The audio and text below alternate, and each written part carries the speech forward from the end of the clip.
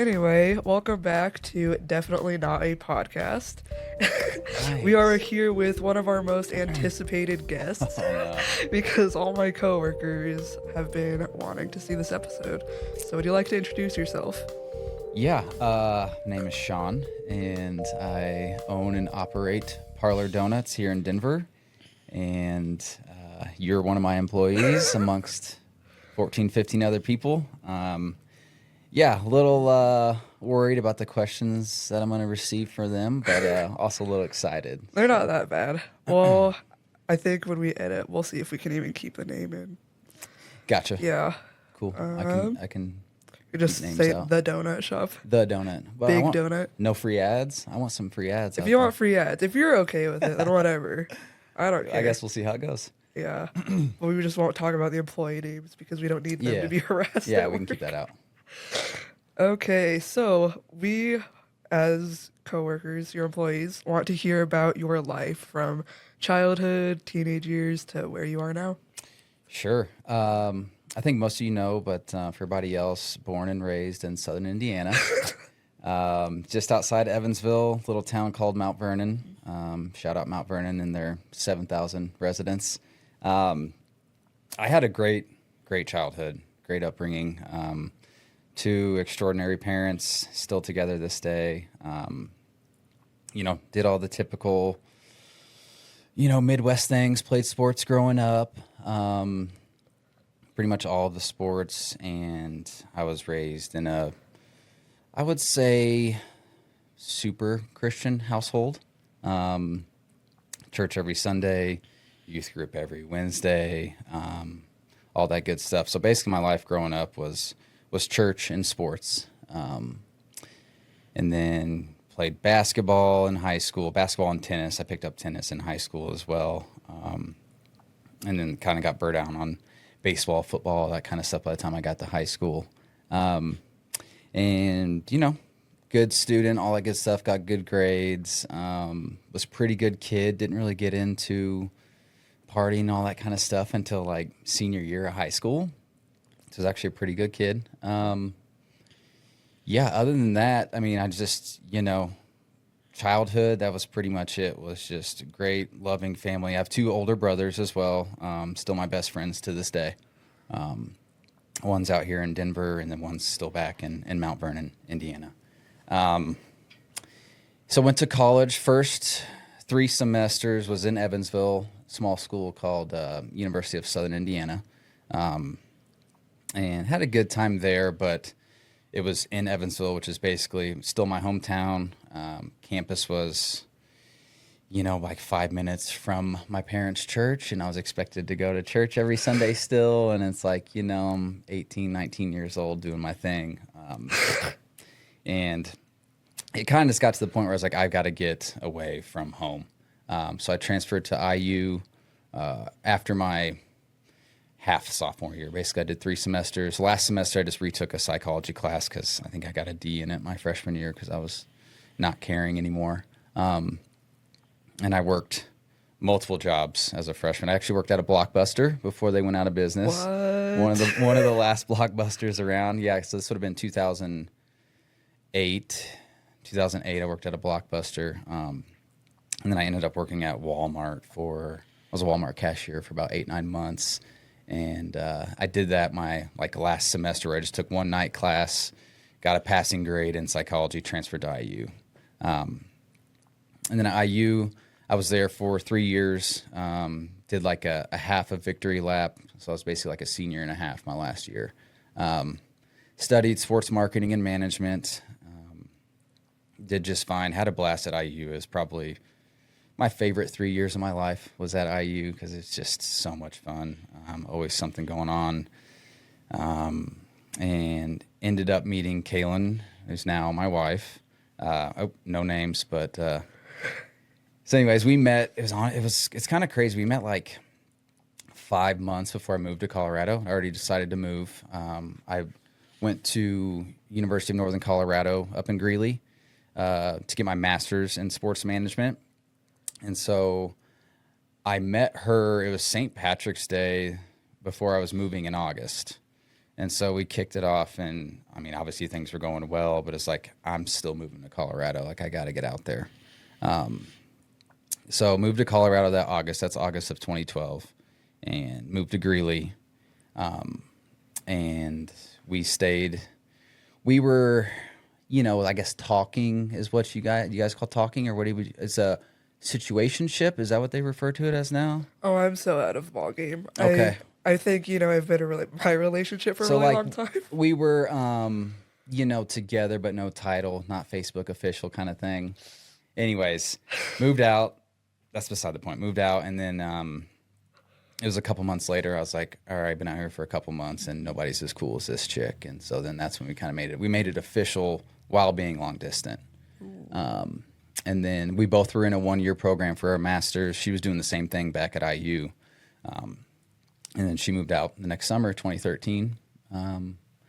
From there, we both graduated, had our masters. I did an internship with the Denver Outlaws, which is the lacrosse team. Kept looking for jobs in sports. Did another internship with it was a random property management company, 6-7 month internship. Kept looking for jobs in the sports. Didn't happen. Ended up taking a sales job with a local energy drink company. Ended up working for them 6-7 years. I was able to move up kind of fast. Money was decent, pay was consistent, just kind of, it was more of like, I didn't love it, but it was just safe, secure, had money coming in. And Kaylin ended up, I think most of you know, but she works for Kroenke. So all the sports teams with Kroenke, and she started with the Rapids, kept working her way up. And she was actually able to, she's the reason why I'm able to do Parlor, because she makes great money and keeps us, with a pretty good lifestyle for our kids that we have now. Because, Parlor's it's not the one paying the bills. That's the future plan. We can talk about that, but it's a long, long game with Parlor. So anyway, she kept working up. She's got a really good job with Kroenke still. The transition into Parlor happened during COVID, actually. So it was 2020, and I lost my job along with millions of other people during COVID, because my job a lot of it was out in the field. So like I'm stopping in gas stations, grocery stores, liquor stores, any sort of place that would sell an energy drink, and just whether it's trying to sell to them or just keeping a strong, solid relationship and, getting the best, whatever, anything to build sales in these shops. So obviously that ended during COVID because, you're barely going into shops and everything is halfway closed. And that leads us to Parlor. It was that following Christmas I was back home at church, and it's my former pastor is the one who founded Parlor, started it all. And which is kind of crazy. He's no longer a pastor. He kind of chose Parlor over the church, which we can get into that as well. But anyways, I feel like this is getting long-winded. We started shooting the shit, for lack of better terms, after church that Christmas, and I was kind of laughing about it at the time, but he was working on expanding. They had just went to Florida. They were in the middle of expanding to California. He wanted to expand out to Denver. He actually he was a pretty good snowboarder growing up, and he wanted a good reason to get out to Colorado. And he knew I was out here, and he trusted me and, had faith in me to build the brand. And so, anyways, at the time after that we talked, I was like, sure, whatever, I'll check it out. Checked out their product that week, and I was like, oh shit, like he's onto something here. Like the shop was cool, everything about it was great. The product was phenomenal. And I was like, okay, yeah, maybe we can start talking. And so stayed in touch over the next few months. That following summer, 2021, is when we got serious, and I started looking for places. And then, we opened in February 2021, and it's all history since then. So, Yeah. and obviously we're looking to expand and keep growing. And the goal is to get 4, 5, 6 shops under my belt over the next decade or so. That leads us to today. Is that audio okay? Okay. Do I need to talk better into the mic? No, I just hear the audio out there. I Okay. want to make sure it's not impeding on your audio as you were talking. Gotcha. Okay. So I'll actually go into me then joining Parlor because the reason I even have this job is because I moved down here after university and my boyfriend already worked at Parlor. His grandparents worked there. So I'm like third, not even Hmm. generation, but I'm third in line of the family that's Yeah, working for that's Parlor. how I rank you as well. Yeah, you're in. Okay, I see how it is. Anyway, Sorry, that might have the been door's loud. right here. We can end the Yeah, yeah, we'll podcast. just go ahead and stop it. Yeah. Okay, so in my first notes, I have this all in chronological order that you are not expecting. I was not expecting to see you as the boss. Yeah, I remember Darren saying that. Yeah. I have to like put up a stock image here of what I imagine you to be I because I think thought you were gonna be like my dad, like an old businessman that's like, a boomer just running the business. And then I learned that you're actually like really hands-on, that you're a young business owner. And I yeah. think that's really funny because when I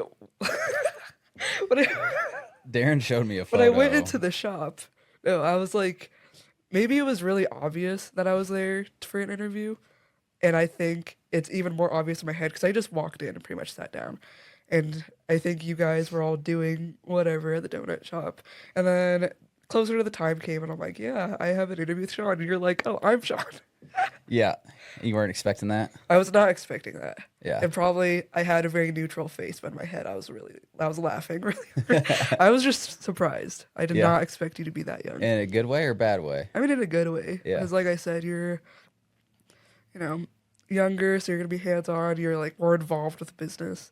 Yeah, for And sure. yeah, so I appreciate that because on my other job that I was working at a little bit ago, I also had a hands-on boss, and that was really nice. It's just having a boss that understands the operations, Right. instead of being like corporate. Yeah, it's I mean it's a dynamic that I like and enjoy as well. Like I'm definitely hands-on, like to, be involved in most of it. It's kind of a dynamic of owner and operator of like, yeah, I'm the GM, and when you guys see me on site, like I think I was telling Darren this the other month because we were kind of talking about it. It's like work wise, like 25% in Aurora, 25% in Denver, 50% is behind the scenes. And I think it's a pretty good percentage for all of those. I like to be in the shops. Like it's the way it's set up is like usually Mondays are my days where I catch up on all the corporate, all the emails, all the ownership things I got to do. Tuesday through Friday, I'm in the shops, doing whatever I do, whether it's actually working a shift or fixing a broken window, fixing this amp that got water damage, all the crazy things that continuously happen. And weekends, my goal is to always be able to have family time on the weekends because I have a family now, which I didn't put that into my quick summary of myself. But I have a son who's 3. He's pushing 4. He'll be 4 in February, and then another son who's going to be 8 months in a week. Wow. So my life is busy between having the shops and having the kids and having a full-blown family. I love it all. It just keeps me moving, which is good for me. But yeah, that's kind of like the weekly setup I go for. Does it most weeks? No, it doesn't ever happen that way. I'm usually doing whatever I have to do to keep the shops functioning and keep everybody happy. But yeah, it's a good dynamic, and I hope most of my employees, see the amount of work that I put in, and they know, and hopefully they know, like even if you don't see me during one of the weeks, like our times to sit match up, like I just don't want them to think I'm just chilling or in the background, like, make me money while I sit back here. That is never the case. I can promise you that. So That's funny. It's actually a good segue because I wanted to talk about how I am not your last hired employee, but I am the employee you work the least with. yeah, yeah. I mean, because it's there for a while. You're basically just a weekend warrior. Still kind of am. Yeah. I guess we'll figure out your New Year's schedule as it goes along. But yeah, like I said, like I try to get Saturdays and Sundays off. Like it's one to help Kaylin, or excuse me, my wife, to help my wife out with the kids because it is, I mean, when you have two little boys, like it's a full blown job on Saturday and Sunday. And she is upset when I have to work Saturdays and Sundays. And that's why I always try to work like the earliest shift I can and get out as early as I can to help her out and to also, you know, spend time and be a dad with my boys. So yeah, this kind of worked out with you to where you were mainly on weekends this past whatever 3-4 months, and so we didn't always work together. We probably worked together like a handful of what, Literally, like I 5 think our times? fourth time. There, our Fourth, fifth yeah, time was actual that, shifts yeah. together. I know I've popped in here and there when you're working, but yeah, I mean that's just how it goes sometimes with some employees. Like that's just how it is. So, you know, I always try to leave some sort of positive mark on the employees if I don't get to see them much. You know, I just want the employees to understand, like, you know, I'm a regular dude just fighting and just trying to keep this, you know, try to keep all the employees happy, trying to keep the work environment good and gain a little bit of respect out of employees. Because when you don't see me for a couple weeks at a time, like still in the back of the head, you know, I want to be there, you know, and just like, yeah, I could just not do a damn thing this shift, but you know, I respect Sean a little bit enough to you know, wash these trays or, you know, all that kind of stuff. But yeah. That's funny. So I do apologize if you feel like I'm just leaving you I don't in care the shadow, personally. but I'm like, yes, John's not here. no, you're a really solid employee. I wouldn't do this if I didn't like you and knew that you're a good employee. So All right, yeah, say that again when the cameras are off. yeah. Okay, actually, I did want to bring up too because I thought this was really funny. Is that I am a person of research, and when I searched you on LinkedIn because you came up, Nice. naturally your wife shows up as well because I'm Yeah. sure you guys are connected. And it says on LinkedIn that your wife is actually the owner of Parlor. She is the owner. Her name is the name that's on the contract. Yes. So technically, yeah, I don't own a percent. That's crazy It's to me. really. Yeah, I had no idea. Well, I don't know how like any of the donut So stuff works. and I legally, I mean, I say it. I don't think it's going to come back to hurt me, but in Colorado, you can't own a business and pay yourself. And so for me to be paid as a GM and as, you know, the operating manager, I can't be the owner, but my wife can. Okay. So that's why it's set up that way. And I'm 100% okay and secure with it. She is as well. It's just one of those things that was the only way to get it done.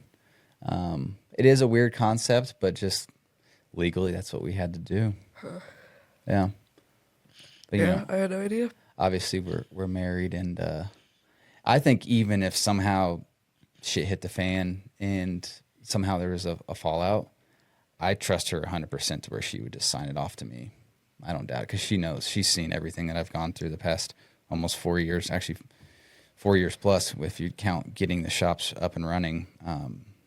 It's been over 4 years now, and she's seen all the work and all the crazy hours I've had to work. Like if you would have been around the first year, I was working anywhere from 60 to 80 hours a week because we opened up, heart of COVID was still going on, and staffing was a nightmare. So there was probably a 6-month period where I was literally averaging anywhere from, let's say 50 to 80 hours a week, like working triples. Like I would fry in the morning and I would end up closing the Denver shop. Like I'm working like, 4 a.m. to 6:30 p.m. multiple days in a row. And so, That's crazy. yeah, she's seen that part of it, and she's seen how much I care and how much how much work I put in the background. And not that it's ever going to happen, but if shit did hit the fan, I don't have any doubt that it's still mine, kind of thing. Well, here was my other thing too that Darren told me about. I had no idea you had a business partner. Yes. And I'm like, okay, I don't know how any of this donut stuff works. I just make food. That's the end of it. Yeah. So that's another interesting part of it. So when we started off, we were corporate shops because we were like Yeah. the fourth territory ever, fifth parlor shop ever. And so our first LLC, there was like 5 parties involved, and 3 of them work at the corporate office, still work in the corporate office. So it was the founder, And then a couple other, like at the CFO, I think is her title now. She's the main, she runs all the numbers, Yeah. all the accounting, CFO, and then like the main business guy, he was part of it. And then another wealthy family from Evansville was invested.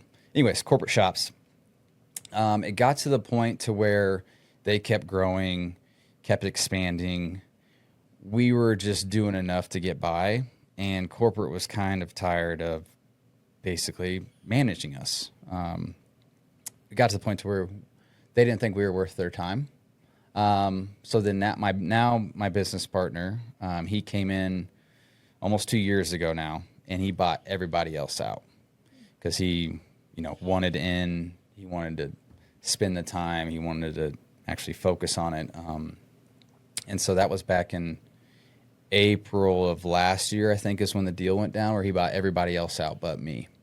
And it's been great because, I mean, even corporate admitted like we were kind of out on our own little Denver island. Nobody else was around us. They couldn't show me any sort of love, have any sort of focus. Like it was just me flying by the seat of my pants, just trying to keep the doors open. But now I have a legit business partner that I'm in contact with, every other day, every 3 days, different things going on, different things we need to focus on. And so it's been a lot better. And we've been more successful since then as well, just being able to actually have focus on our two little shops, So it's been great. Wow. That's really interesting, actually. Yeah. All right, now we're going to get into the fun part of it that I've been waiting for. Let's do it. So, I was hired around the same time as this one guy that just recently quit. Uh-huh. I knew that he was going to quit early December the entire time, ever since you hired him. Oh, okay. Yeah, but I actually brought it up to Darren as well, and he's like, yeah, you should tell Sean that he's going to quit. And, like, that employee told me he'd give you, like, a 2-week notice. But a lot of things changed since then, right? So Yeah. I mean, yeah, yeah, you just sounded like you were gonna clear your throat to say something like. I'm Yeah. clearing my throat and thinking. Go ahead. Yeah, I just knew that was inevitably going to happen. I just didn't think it would be that quick because he literally said he's like, yeah, today's my second to last day, and I was like, really? Gotcha. Well, one, yeah, that's Yeah. news to me. Two, yeah, if you would give me a heads up, that'd been awesome. But three, Yeah. it's weird that so he had this plan to quit already. I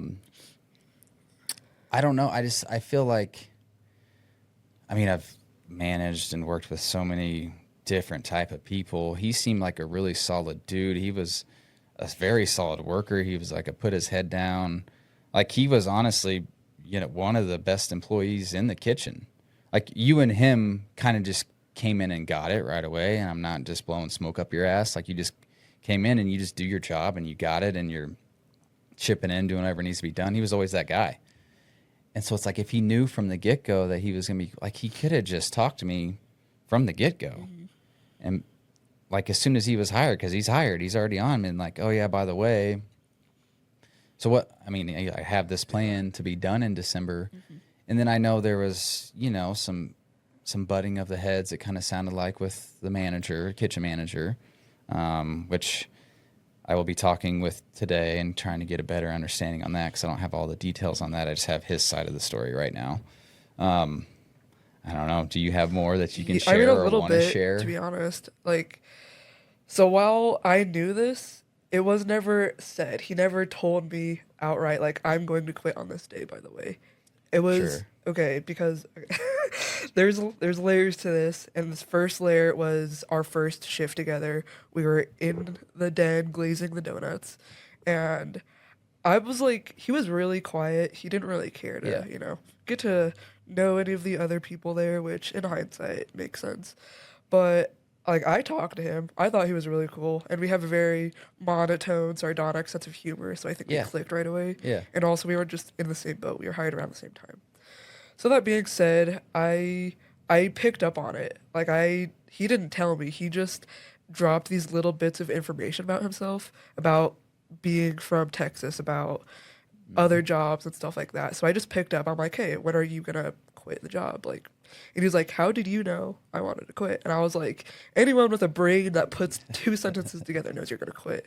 And I was the only one that knew that. No one else in the store I was I at mean, knew. he never said anything even remotely close about Yeah. any type of, yeah, quitting or not liking the job or not getting along with any of the employees or anything like that. Like when he texted me that day, I was honestly shocked. And I was just like, really? Because he said something along the lines like, I know, he's like, I'm sure you've heard about the dynamic between me and the kitchen manager. And I was like, no, honestly, this is the first I'm hearing of it.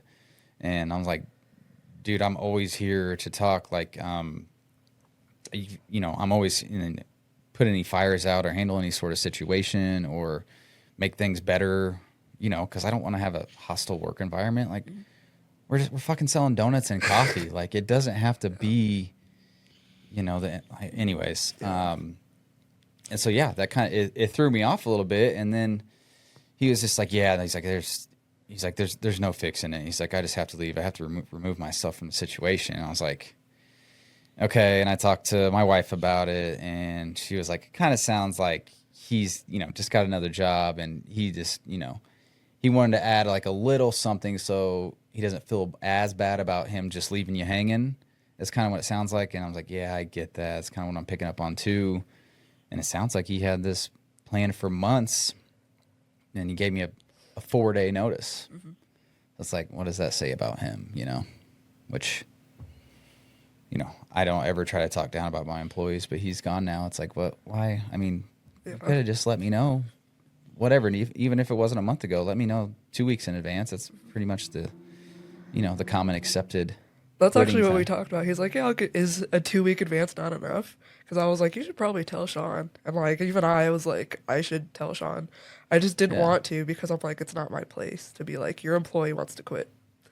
Yeah, no, I totally get that. I mean, it kind of puts you in a weird spot of like, you don't want to like tell on the dude, and then I have to bring it up to him and be like, hey, heard you're gonna quit in 2 to 3 weeks or something like that. No, it's it's not your responsibility at all to do that. I totally get that. I just didn't see it coming from him, honestly. It was just one of those things where, he was a very, very solid employee. He never had mentioned anything about being upset or unhappy or anything. And it was like, boom, I'm gone. Which, I mean, that's something I've learned over the past almost 4 years is, like, early on, I was, as a new business owner, new manager running a shop, like, it was hard not to take things personal a little bit when I would have these people that I've trained and trust and became friends with. And, then out of nowhere, they're like, yeah, actually, I don't like it here. I'm out of here. I was like, well, shit, what did I do wrong? But I've learned over time, it's helped having solid employees for so long. Like the barista manager, the managers in Aurora, all hit their 3 years this week. A kitchen employee that you know of, he hit his 3 years a week or two ago. And so having that helps is like, all right, I'm not like doing it's not me doing that. I'm not the issue. It's just sometimes people don't click. They're not good fits. It has nothing to do with them either. Like if they want out, they want out. It doesn't have to be a personal thing. So it took about a year and a half for me to realize like, it is what it is. This is we're a fast casual food and, in the food industry, and people use you as a stepping stone. People get burnt out easily. And so I think my experience and knowledge has really, really helped me accept, like, he told me, it was like his second text. He's like, yeah, can't go back and fix anything, this and that. And I was like, all right, dude, it's been great having you on the team. Peace. I'll find somebody else, kind of thing. So nothing against him, but it's just, that's just how you got to treat it. So, that's true. Yeah. All right. What else do I have on the list? There's so much I want to talk about, but I probably shouldn't on the podcast. I can, whatever it is, we can talk about it or not. Yeah. I mean, we can just go right into the employees' questions. Yeah. The fun part. So I asked each of your employees for a question that they want you to answer for the podcast today. Okay. And I'll tell, if you're curious, I could tell you who asked each question after. So I'll start with the first one. What are you hiding? Is that from a kitchen employee? Um, I mean, they do barista, kitchen, kind of everything. Okay. Yeah, I don't really have a good answer for that. I don't really hide much. Obviously, like I don't discuss numbers or anything with you guys. I don't really have like I try to be as open with you guys about everything involving the business as I can. Um, I don't even have anything that I could say that I'm hiding. Like it's and if I'm hiding, I guess you'll just never find out kind of thing. Is But it the sports gambling? I don't hide that from anybody. No, I don't hide that from anybody. That's funny. That's one of my favorite things to do.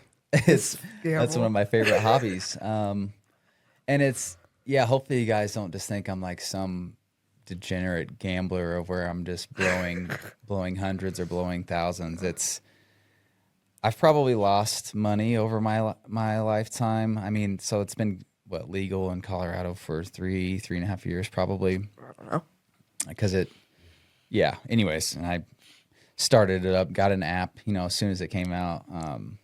I have not lost that much money. I do good enough to where I'll have to deposit every now and then, and we're talking like I'm not scared to say this. Like I'll throw in $100 and I'll kind of ride a coaster of going up and down on hitting bets, missing bets for 3 to 4 months at a time, and it is fun. And I kind of see it as like like shit. You pay 50, $60 to go to the movies and get popcorn and soda and or get a beer or whatever. You're paying 50, $60 to do that once, and it's like I'll drop $100 into this gambling pot every few months, and I see it as entertainment. And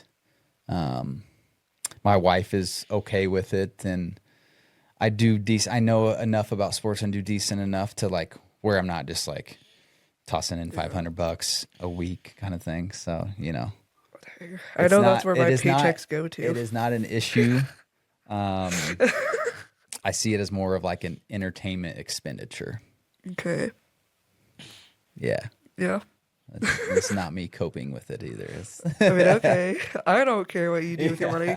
I care if it's my money because I was getting those $2 paychecks. Oh yeah, I'm glad we got that figured out. I Or got you, it. well, yeah, like you got that figured out. Is it because of you had some weird number in like your state or your I don't federal know. withholding? It was like an extra Yeah. weird I number. had someone, well, my cousin is friends with this person that works, in Yeah, taxes and all that. She's like, yeah, it's your employer might have put it in wrong. gotcha. And I was like, okay, so he's using my money. He didn't gamble. Yep, that's what it was. Yeah, I was like, your entire paycheck is just going to DraftKings so I Oh, can yeah. gamble.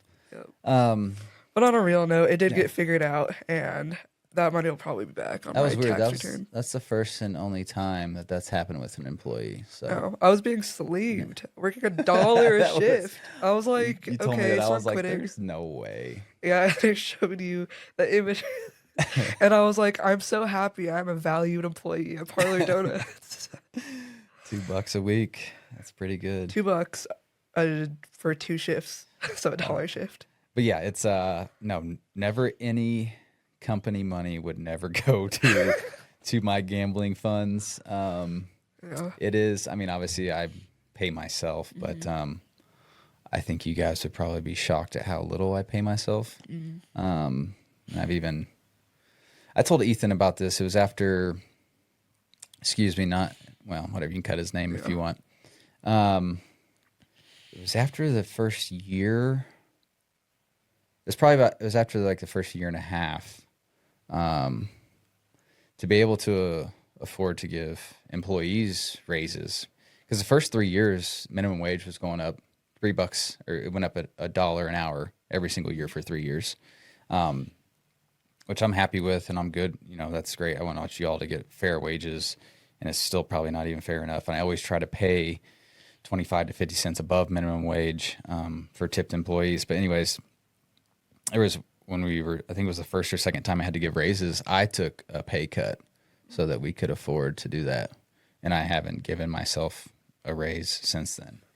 And so I don't want you guys to think that, I'm sitting here just cashing in money and turning it around and going to the casino and blowing it all. It is quite the opposite. We love a boss that does the bare minimum. Yeah, right.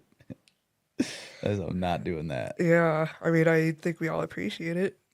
And I'm still here, so what does that say? That's good. Yeah, that's good. Yeah. All right, the next question. I had to write this as the person said it, so if you have any questions, you're just gonna have to relay back to the question. Okay. Okay, if you're on a boat with your family, you only have 3 life vests. Who are you leaving behind? One of the life vests has to be for you. Well, I mean, just physically speaking, can I just strap my baby into my life vest with me? Look, I'm only given what the question says. So I guess you could. I think that's kind of a cheating way out. That's a But cheating way out? Okay. yeah. Well, that's what I would do. I think this person But wants you to leave someone behind. And the real question is, who are you leaving behind? and I can't leave myself behind. No, you have to have one of the life vests. That's just an impossible answer. I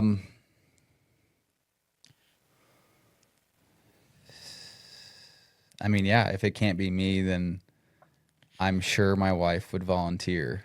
Volunteer. But I mean, that's the only answer is like my wife has to get left behind because I can't let my boys. There's no way I would let that happen. So that would have to be the answer. Real answer is 1, I'd strap the baby with me. 2, I would not take a vest. I'd take the death. And then 3, the wife is staying back. The wife is crazy. I mean, it's you gotta keep your boys alive. I get it. He would have the same answer, I guarantee it. Oh, I'm sure. I mean, your boys are so young too. Yeah. Yeah. Yeah, like it's All right, next question. Who is your favorite employee? Yeah, I was wondering if you're gonna ask that. I personally am not. This person did. I think I can probably. Did a female ask this? A female barista? Maybe. But also, This there kinda was sounds one like- other person when I initially said, "What is your question to Sean?" They're like, they said that. They did not say it as an official question, but they also said that. I can't give a real answer, I don't think. But real I don't honestly answer? know if I have. I don't know if I have a legit favorite. I think I have like. There's nobody that I don't really like either. I've definitely had employees in the past of like, it's just kind of waiting for them to quit so I didn't have to fire them type deals. I don't have any of those now. The staff is really solid right now, and I'm not lying. That's the truth. I think I probably have the most fun with Lorenzo. I can say that. Yeah. I mean, everybody loves Lorenzo. This is literally what we were talking about on his episode. It's how everybody loves him. Yeah, and he low-key just felt like he didn't believe it, but he was also like, I'm very outgoing. I'm like, yeah, Lorenzo, you are. Yeah, no, he's just a good dude to be around. I mean, he's such a solid employee, Yeah. and he'd do anything for me or the shop or anybody that asked for help. Like, he's just a solid dude. He's Through the and through. reason I wash all the trays on my shift. Yeah, Yeah. yeah. Everybody loves Lorenzo, so I don't know if I can say full blown favorite. That's kind of rude to everybody else, but I enjoy working with Lorenzo a lot. Okay. So we'll leave it at that. We're just gonna leave it there. I just need him to pick up his speed because he his knows speed. we call him Milky because he milks the clock. Really? But he's just such a solid. Yeah, the quality is great, and he's a slow mover, and he knows, and that's just something that I'm okay with. I'm surprised. You Actually. never heard Rod and Lori talk about him being milky? No. But also, like, I don't talk to them about work whenever I see them. Oh yeah, that's probably true. Yeah. But he laughs it off and all, and I'm we just bust his balls. It's not anything serious. That's funny, Milky. I had absolutely no idea. Yeah. Oh, and it's even funnier because he was telling me I was slow at glazing donuts. He threw me under the bus when he went back to Aurora and told Darren about that. Well, I mean, he's coming up on 3 years too. And what? How long you been around? 4 months now? Something like Oh, yeah. that. Three, I 4 months. mean, he should definitely be way faster than you. Um, but yeah, you'll get your speed up. It just Uh, happens over time. yeah, I actually been meaning to have a competition on glazing the French toast donuts. We've talked about doing like a Yeah, speed glazing competition. We've done a box building competition. Um, for winter, I think I forget what it was, but it was like so many 2, 4, 6 dozen boxes, and we'd time it. I just Venmo'd the winner like $50, like that kind of thing. So it was like a month-long yeah, competition, and every shift you'd get one try. And so I've tried to figure out how to do that with glazing, but it's also like I don't want to just glaze a bunch of because it needs to be the same thing. Like yeah, everybody needs to exactly. glaze the same flavor donut, so it's fair. It's like I don't want to glaze like 7 trays of French toast and then figure out how to sell them. So I got to figure out we can workshop that, figure out how we can have that competition. Yeah. Well, it's funny because when Darren and I were talking about it, I was like, we should do the turtle cheesecakes because those, like, they Yeah. have to look good and they Yeah. take the longest to make. Yeah, Because that would French be. toast, like, that's a solid option. That's our best seller. So I get why we could do that. But Yeah, I mean, we anyway, could have. Yeah, it'd have to be like how quick to like glaze a dozen, and so like on the weekends everybody can glaze a dozen, yeah, kind of thing. that's fair. All right. What is your biggest hiring pet peeve? Hiring pet peeve. Yeah. You mean like just with the process, or just like my pet peeve with employees once they're hired? I don't know. That was the question this person gave to me. I don't know what Okay. specifically I they're mean, we looking can get for. into the process, which like I'm going through now, replacing the person that just quit, and it's been a lot better with staffing. It's been so much better on actually the number of applicants and all that. Um, but I would say just the amount of people that you'll set up an interview with, and they'll just no show, no call to an interview. Because I mean, very rarely am I actually on the clock, like on a shift doing interviews. Very rarely. So it's either me stopping in or me staying after or coming in before or whatever it may be before my actual shifts. And so, there's times where I'm sticking around for an extra hour, hour and a half, and nobody fucking shows up. And so that's just frustrating. It's just I feel like it's just common human decency to be like, if you got another job or you're like, actually, I don't want to work at this donut shop anymore or whatever, just shoot a text. Like, just shoot a text and be like, hey, man, sorry, I'm out. Like, I just feel like but nobody, like, if it's a no show, I've never had anybody communicate that they're not showing. It's the strangest thing. I don't get it. Early on with like COVID, I kind of thought it was one of those things where, they were just trying to have interviews lined up and show that they are at least trying to find a job to keep their unemployment checks coming in during COVID. But it still happens to this day, and I don't think that's going on anymore. So that's one of the things where it upsets me, and it's one of those things I easily shake off. But it's just I can just never see myself doing that. Like, yeah, I'll see you in a couple days at this time for an interview, and then just ghost. This is weird. I don't know. How do you feel about that?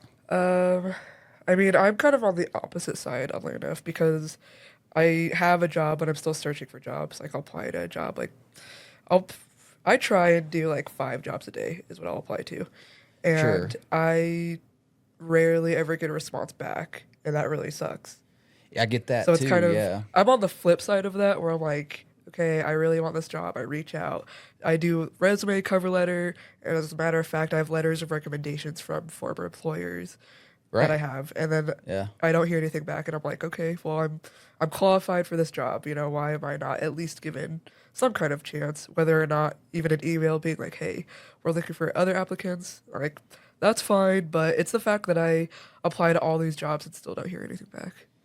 Yeah. I mean, I can't speak for those employers, but over the years, I've kind of figured out just looking through resumes during the recruitment process and just being able to read through the lines of the resume and being like, this person could be a good fit. This person couldn't. It's like, oh, they have an okay amount of experience, but I can see this and that. Like, they only worked this job for 2 months. They only worked this job. Like, it's the worst when people, they'll list like 20 jobs that they've had in the past 5 years. It's like, that's not a good look to work that many jobs over 5 years. It's like, that means either one, you're getting fired, or two, you're just not a loyal enough employee to stick around and work through any sort of hard time.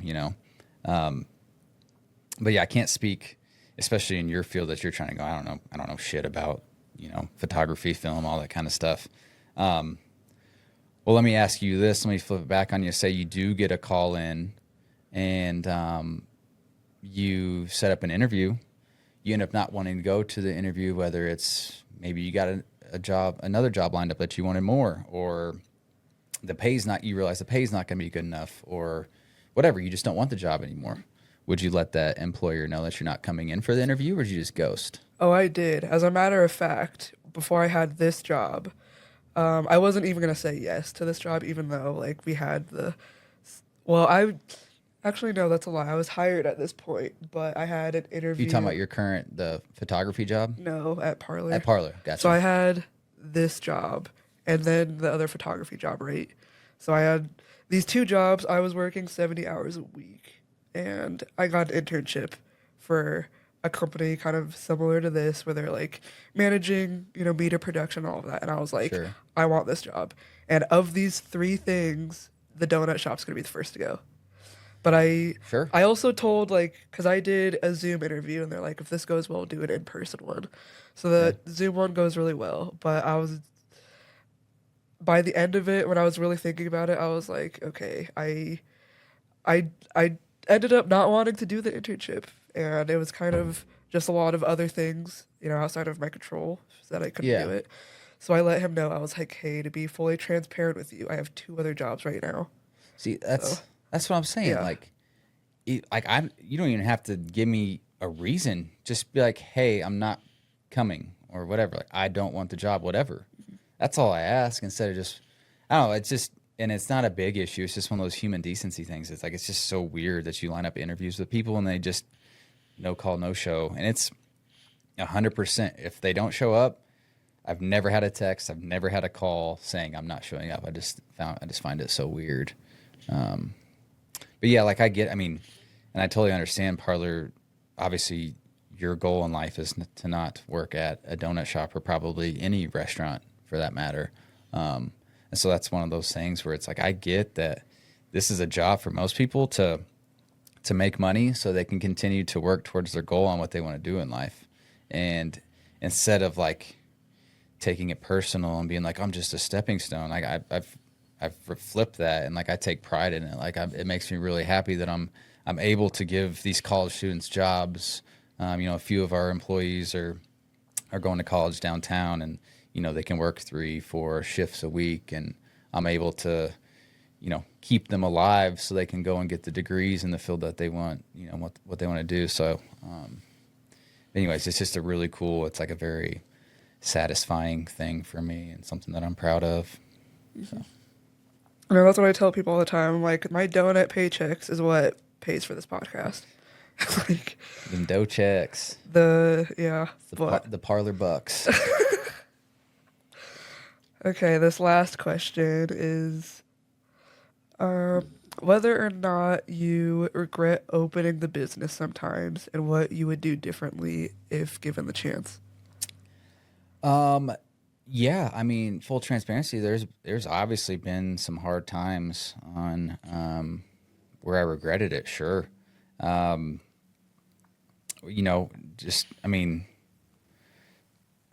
Things go wrong often. Like, crazy things happen all the time, and like these past 2-3 weeks has been crazy with the amount of money that I spent on like plumbing issues, and the amount of money that we're dropping on new signage.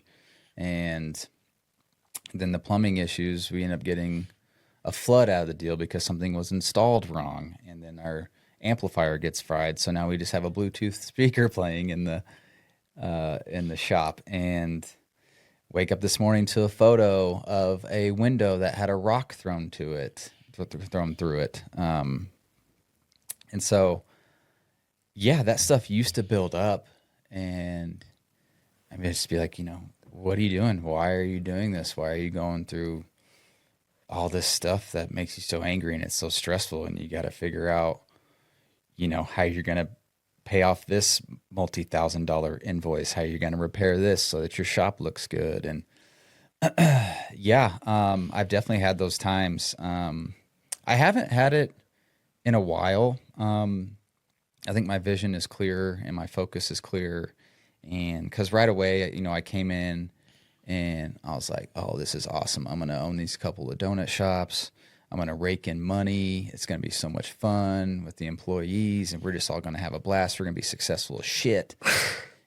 That was not the case at all. I mean, it's been 4 years of literally getting by, like we're comfortable.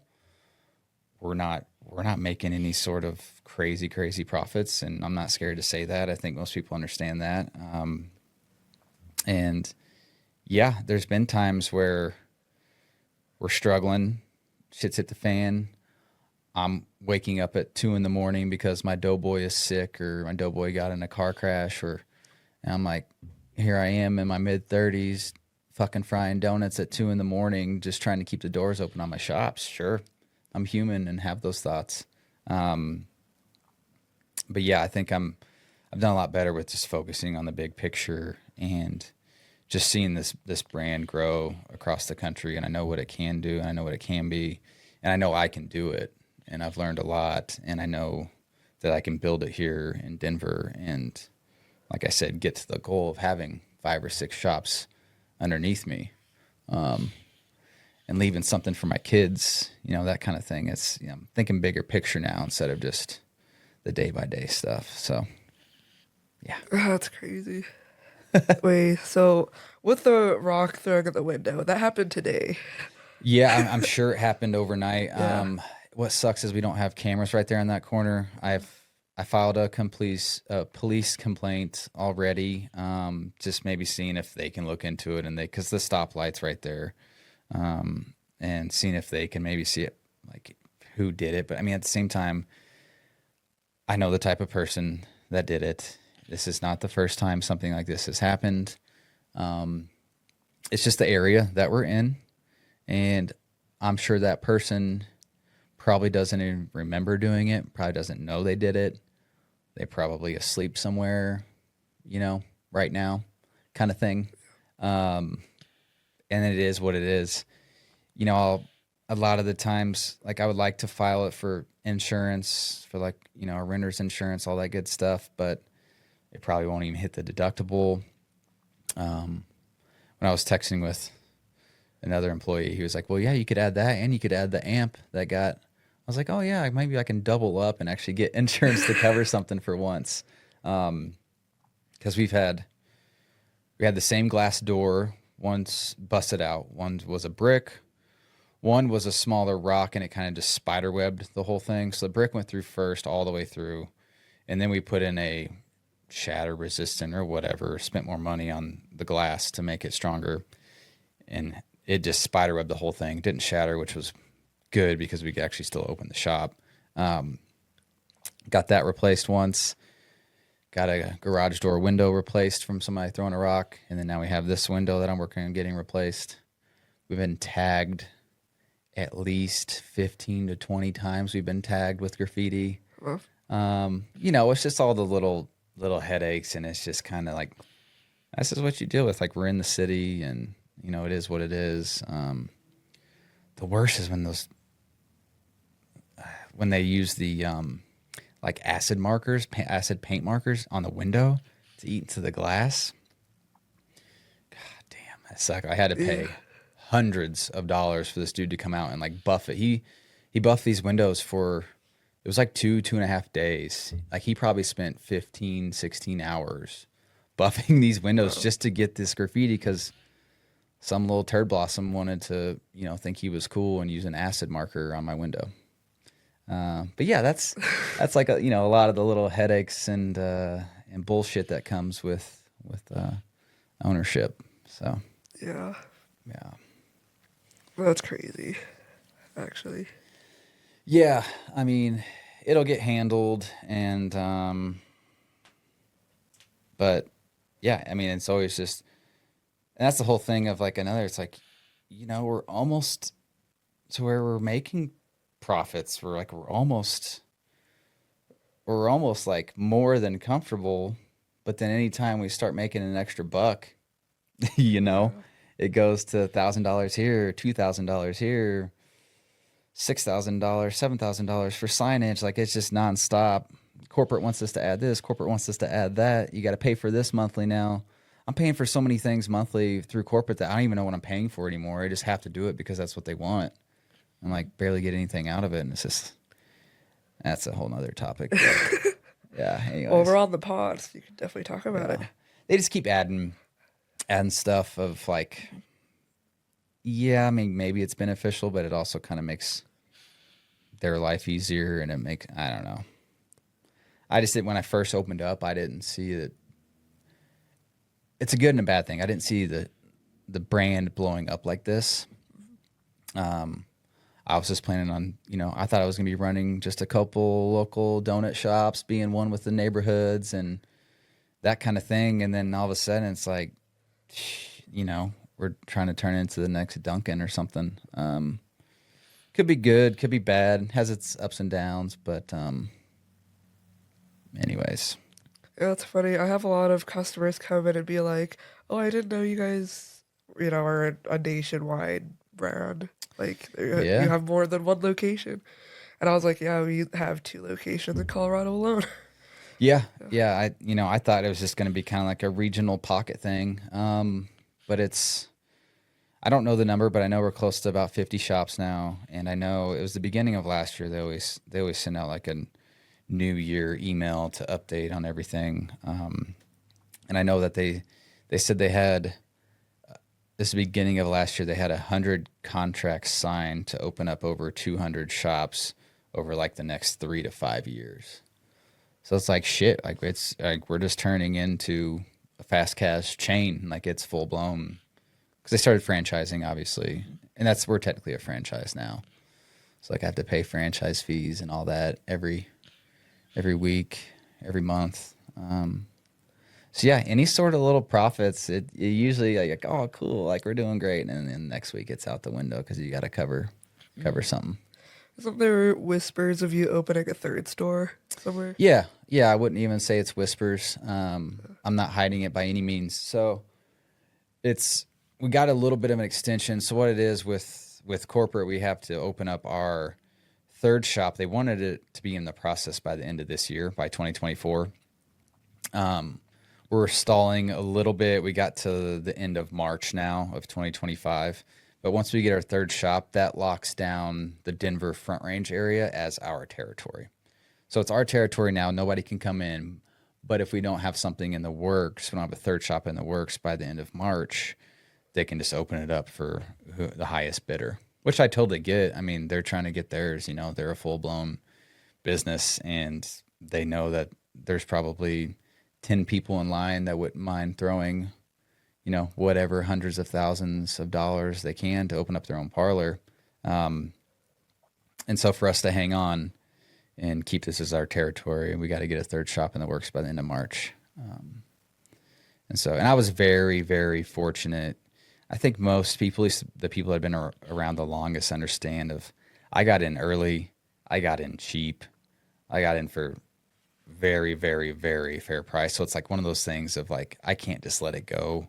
Like I got to keep building this thing because we put in a very small amount to get our smaller percentage of ownership, which actually doubled once John took over. So we own a little bit more now, just from the sweat equity that I put in over the years. But very, very small amount compared to what new franchisees have to do. Like you have to have like $1 million in assets to be able to open up a parlor now. You think I got $1 million in assets? I do not know. Not even close. No, I came from a very, very humble family. Like we were barely middle class growing up. Mom's a teacher. Dad is kind of in and out of financial advising and odd jobs, and he was kind of got into sales for the last decade of his career. They're both retired now, but we barely made it to the middle class tier kind of thing. and obviously they put all their money towards me and my brothers and gave us the best life they could. But I don't have, there's no daddy's money behind this. Same for Kaylin. Her parents, her dad and brother now own and operate their own business. It's a restoration company that they've had for a couple decades now. But her brother and her dad run that. And so they're kind of the same small business owner operators. Like, we're from very humble families and nobody's doing this but us. So, yeah. Wow. Yeah, I remember one of your other employees and I were talking about the stocks of Parlor. They're like, "Do you think Parlor is a publicly owned stock?" And I was like, "I do not think so. No, in the absolutely not. slightest." And as a matter of fact, I was talking to Darren about it, and he's like, "Sean doesn't have any stocks in the company." And I was No, like, yeah, "What?" I don't have any. Yeah, with like the actual corporate company itself, no, I have no ownership in that at all. I pay corporate to exist. I pay them a franchise fee to be able to sell and run their business. I pay them a percentage every month, so it's the complete opposite actually. I just have the ownership in our small little LLC that we have that owns. What did we switched it up to? We are PDOC LLC is our current one. So Parlor Donuts of Colorado LLC. And they want us to, with our third shop, because originally we were looking in Boulder. Sorry, I got kind of off track with the third shop. Originally we were looking in Boulder because that's what my business partner really wanted to do. And my wife and I were like, sure, that's fine. I get it. Boulder has a lot of money, but it's also really, really expensive to do that. Didn't really find any places that we loved there. But we're supposed to form a new LLC for our third shop that we open, and I don't fully understand. I'm not a big finance guy. I kind of have, that's my business partner. He's kind of like the man in the chair, and I'm the man on the ground.